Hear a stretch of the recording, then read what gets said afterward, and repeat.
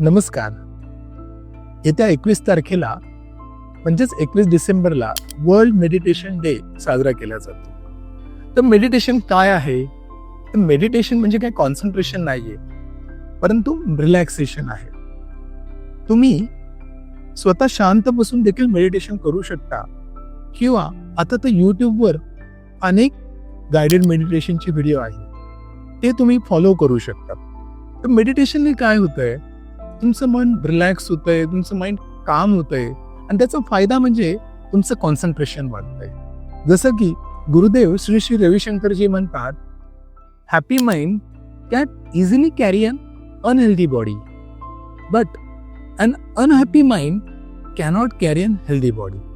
त्यासाठी मेडिटेशन खूप गरजेची गोष्ट आहे. त्याचबरोबर मेडिटेशनच्या आधी जर योगा प्राणायाम केलं तर डेफिनेटली मेडिटेशन अजून डीपर लेवलला होतं. तर येत्या 21 तारखेला गुरुदेव श्री श्री रविशंकरजी लाईव्ह मेडिटेशन घेत आहेत, ज्यामध्ये जगभरात करोडो लोक जॉईन होत आहेत आणि या सामूहिक मेडिटेशनमध्ये आपण सगळ्यांनी सहभाग घेतला पाहिजे आणि या साधनेचा एक भाग बनला पाहिजे.